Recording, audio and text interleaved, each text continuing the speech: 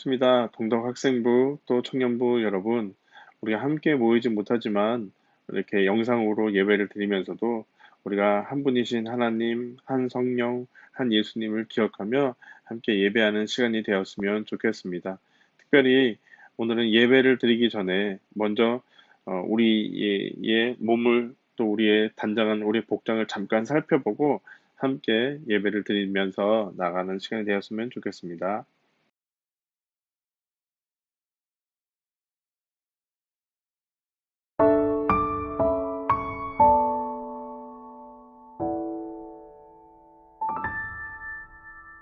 허무한 시절 지날 때 깊은 한숨 내쉴 때 그런 풍경 보시며 단식하는 분 있네.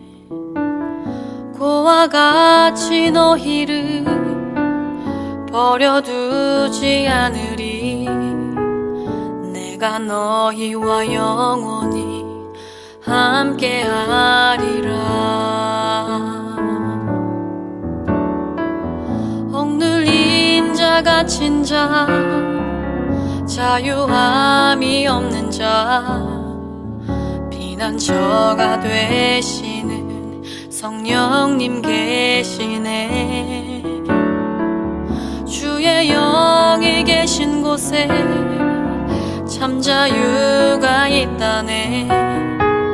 진리의 영이신 성령이 오셨네. 성령이 오셨네. 성령이 오셨네. 내 주에 보내신 성령이 오셨네. 우리 인생 가운데 친히 찾아오셔서 그 나라 꿈꾸게 하시네. 성령이 오셨네. 성령이 오셨네. 내 주에 보내신 성령이 오셨네. 우리 인생 가운데 친히 찾아오셔서 그 나라 꿈꾸게 하시네. 그 나라 꿈꾸게 하시네.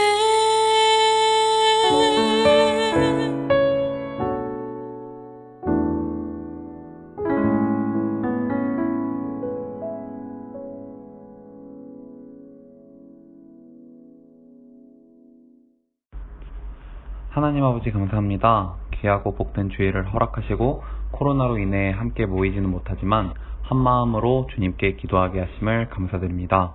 이 시간 온마음 다해서 주님을 경배하고 찬양하오니 저희가 드리는 예배를 기뻐 받으시고 이 시간 저희 가운데 임재하여 주옵소서. 코로나 바이러스로 인해 많은 사람들이 힘들어하고 있습니다. 더 이상 전파되지 않고 하루빨리 진정되어서 원래 일상으로 하루빨리 돌아갈 수 있도록 도와주세요. 또한 학생들이 2학기 개학을 앞두고 있습니다. 학교에 가지는 못하는 상황이지만 공부하는데 어려움 없도록 도와주세요. 하나님 앞에 예물을 바쳐 올립니다. 이 귀한 예물이 쓰이는 곳마다 하나님의 축복이 더해지게 해주세요. 예수님의 이름으로 기도드립니다. 아멘. 네, 반갑습니다. 동덕 학생부, 청년부 여러분, 어떻게 한 주간들 잘들 지내고 계실까요? 깜깜이 증상자들도 계속 나오면서 이렇게 얼굴을 또 개인적으로 만나는 것도 참 조심스러운 상황인 것 같습니다. 그럼에도 우리가 함께 이렇게 한 마음으로 또 예배하고 또 교제할 수 있다는 사실들을 기억하면서 우리 함께 위안을 삼고 보았으면 좋겠습니다. 오늘은 특별히 사도신경을 들어가기 전에 먼저 제가 지난주에 있었던 일들을 잠깐 나누고 또 본격적으로 설교를 들어가도록 하겠습니다. 이번 주 수요 예배를 마치고 늦은 시간에 이렇게 집에 들어갔는데 유퀴즈 프로그램을 좀 보게 되었어요. 그런데 거기서 그 이야기 에피소드와 관련되어서 제작진이 아이들에게 이런 질문을 합니다. 죽음은 뭐예요? 라고 물었습니다. 그랬더니 바로 이 아이들의 반응은 한 아이가 이렇게 대답을 합니다. 이 세상 일을 다 한 거요. 라고 대답을 하면서 또 자기가 땅에서 할 일을 다 한 거요. 라고 말을 했어요. 어, 저는 순간, 어, 저렇게 어린 초등학생이 어떻게 이렇게 표현할 수 있을까? 잠시 멍했습니다. 제가 생각한 한 부분에 있어서 일견, 또 맞는 부분이라고. 어떤 거냐면, 하나님이 우리를 이 땅 가운데 보내시고, 무언가를 배우게 하시고, 또 그것을 다 배우게 된 때가 하나님이 다 부르시는 그 죽음이기 때문이라고 저는 생각하기 때문입니다. 저희 아버지는 지금 혈액암으로 투병 중이세요. 또, 또한 청년부와 학생부에게도 사실 이 복음이라는 것의 귀함을 어떻게 설명할 수 있을까라는 고민을 하던 차에 이 아이의 그 죽음에 대한 질문에 대한 답을 보면서 순간 뭔가 망치로 내 머리를 때린 것처럼 멍했었던 것 같습니다. 문득 우리가 배우는 복음이라는 것이 복된 소리, 좋은 소식이 되려면 실은 자기 스스로에게 어떠한 묻는 질문들이 좀 필요하다고 저는 생각을 해요.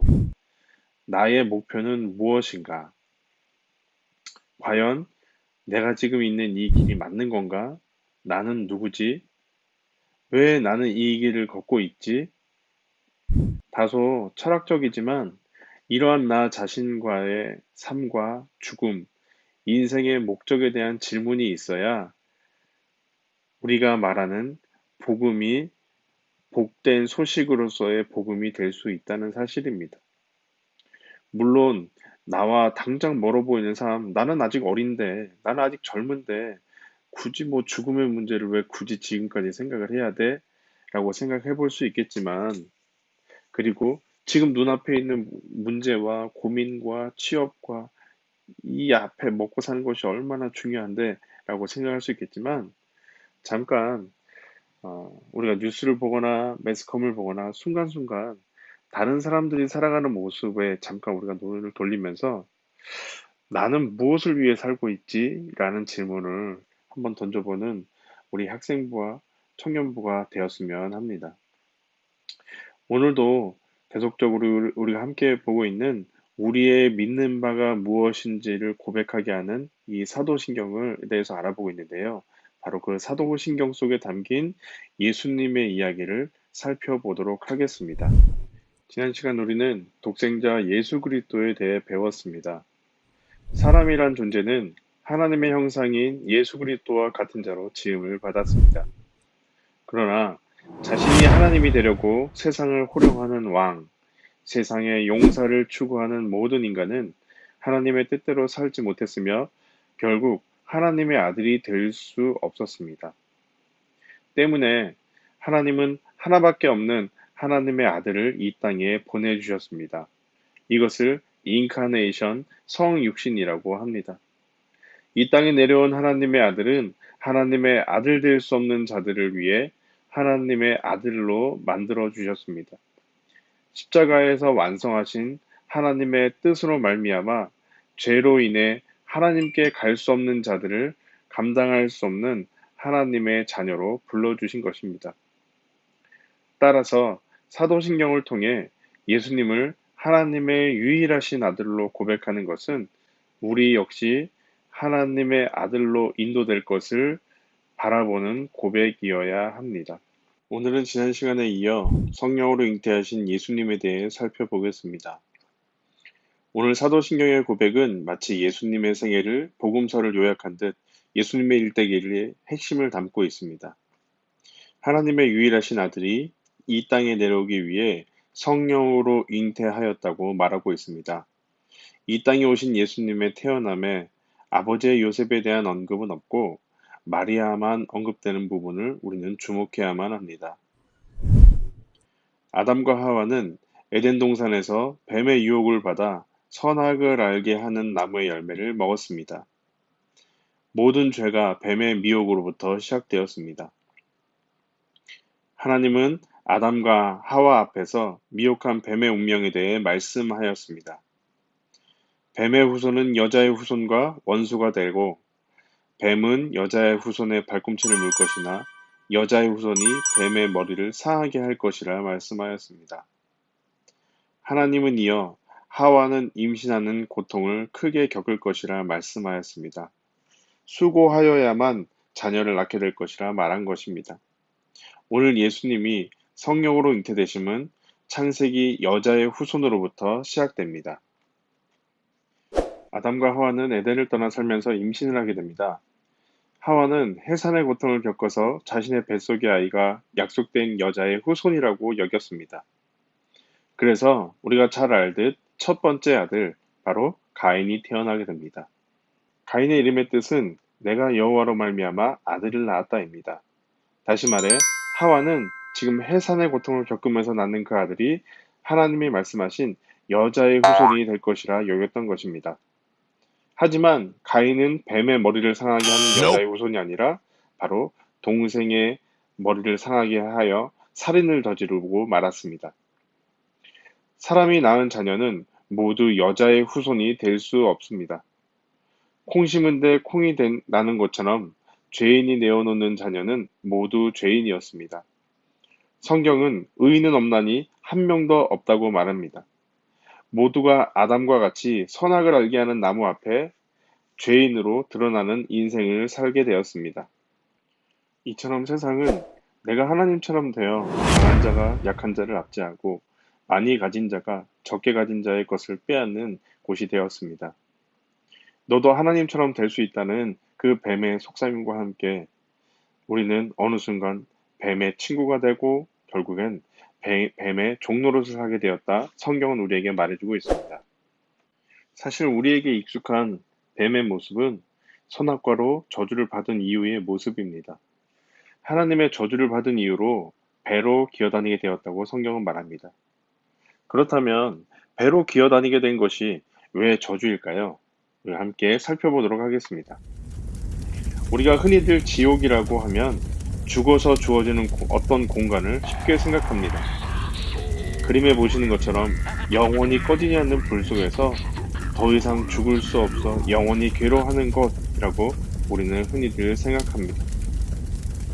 하지만 지옥을 단지 멀리 떨어진 어떤 장소, 죽어서 가는 곳으로만 알고 있다면 우리의 이해는 참 부족한 것이라고 말씀드립니다. 한자를 찾아보면 그 지옥의 의미가 좀 더 쉽게 와닿습니다. 땅지 감옥 옥. 다시 말해 땅에 감옥처럼 갇혀진 삶이 곧 지옥이라 라고 말하는 것이 한자의 풀이입니다. 뱀의 저주는 바로 땅을 배로 기면서 한 치 앞도 땅을 벗어나지 못하는 것을 말하며 이처럼 모든 사람들도 땅에 갇힌 삶을 살았습니다. 땅의 것만 생각하고 땅의 것만 바라보고 땅의 것만 추구하였습니다. 이것이 땅에 갇힌 삶입니다. 썩어지고 사라지는 것들을 먹고 마시다 단 한 명의 예외도 없이 모두 죽는 삶이 되었습니다. 하지만 예수님은 성령을 통해 이 땅에 태어남으로 이 땅에 속하지 않았습니다. 우리의 죄의 값을 대신 지불하기 위해 사람이 되셨지만 예수님은 하늘에서 내려오셔서 위의 것을 생각하고 위의 것을 바라보며 위의 것을 추구하였습니다. 비록 두 다리는 땅을 밟고 있지만 예수님은 이 세상이 아닌 하늘에 속하였습니다. 성경의 역사와 오늘 우리가 사는 삶은 내가 주인이 되어 자기 힘을 의지하며 살아가는 세상의 삶의 기준을 따라 살아갑니다. 하지만 그러한 삶에는 끝이 있다고 성경은 말합니다. 때문에 하나님은 여자의 후손을 우리에게 보내주신 것입니다. 요한계시록 12장은 그 모습을 한 여자의 모습과 그 여자를 쫓는 어떤 용의 모습의 그림책처럼 보여주고 있습니다. 내용은 한 여인이 아이를 출산하려 하자 큰 붉은 용이 쫓아와 여자가 아이를 낳으면 삼키려고 입을 벌리고 있다 말합니다. 이 붉은 용은 옛적 뱀, 곧 마귀라고도 하고 사탄이라고도 하며 온 천하를 꿰는 자라고 계시록 12장 9절에 말하고 있습니다. 창세기 3장에서 하와를 유혹한 뱀의 후손이 이제는 그 여자의 후손의 발꿈치를 상하게 하기 위해 쫓고 있는 모습입니다. 계시록은 다시 이 여자가 낳을 아이를 장차 철장으로 만국을 다스릴 남자라고 말하고 있습니다. 이러한 표현은 시편 2편에 기록된 하나님의 아들로 오신 예수님에 대한 표현에서 정확하게 보여주고 있습니다. 철장 그릇을 깨트리며 질그릇같이 부수리라 하시도다. 바로 철장으로 만국을 다스릴 남자로 하나님의 아들 예수님께서 우리를 구원하시기 위해 이 땅에 오심을 말해주고 있는 사실입니다. 하나님이 약속하신 아들 예수 그리스도는 우리에게 십자가의 죽으심으로 모든 약속을 이루시고 구원의 보증이 되셨습니다. 때문에 우리는 십자가의 그 완성을 기억하며 다시 오시는 그날에 하나님이 모든 것 가운데에 우리를 지키시고 구원하시겠다 하는 그 약속을 믿으며 그는 성령으로 잉태되어 동정녀 마리아에게서 나신 그 예수님을 우리가 믿습니다 라는 고백을 하게 되는 것입니다. 이번 설교를 준비하면서 우리 학생부와 또 청년부 지체들이 익숙치 않은 성경의 많은 용어들을 사용하게 되는 것은 아닐까라고 고민이 되었습니다. 여자의 후손, 또 지옥, 뱀, 또 요한계시록, 쉽게 다루어지지 않은 부분들이기 때문에 어렵진 않을까라는 고민이 되지만 단순하게 우리는 죄졌는데 예수님 와서 우리를 십자가를 통해 구원해 주셨습니다 라는 사실은 이 부분의 핵심이 어떻게 성경 속에서 우리를 구원하시게 되고 우리가 왜 예수님의 구원을 받아야 되는 존재인지를 설명하는 부분들이 있어서 성경 속에 담겨있는 내용이기 때문에 여러분들이 귀담아 잘 들어주시고 혹여나 이해가 잘 안 되었다면 다시 한번 틈틈이 살펴봐 주시면서 성경 안에 담겨있는 예수님이 우리 가운데에 오실 수밖에 없었던 이유, 예수님이 하나님의 성령으로 말미암아 잉태되실 수밖에 없었던 이유를 우리 함께 고민하면서 함께 말씀을 또 듣는 시간이 되었으면 좋겠습니다. 함께 이 시간 주기도문으로 우리의 모든 예배를 마치도록 하겠습니다. 하늘에 계신 우리 아버지, 아버지의 이름을 거룩하게 하시며 아버지의 나라가 오게 하시며 아버지의 뜻이 하늘에서와 같이 땅에서도 이루어지게 하소서. 오늘 우리에게 일용할 양식을 주시고 우리가 우리에게 잘못한 사람을 용서하여 준 것 같이 우리 죄를 용서해 주시고 우리를 시험에 빠지지 않게 하시고 악에서 구하소서. 나라와 권능과 영광이 영원히 아버지의 것입니다. 아멘.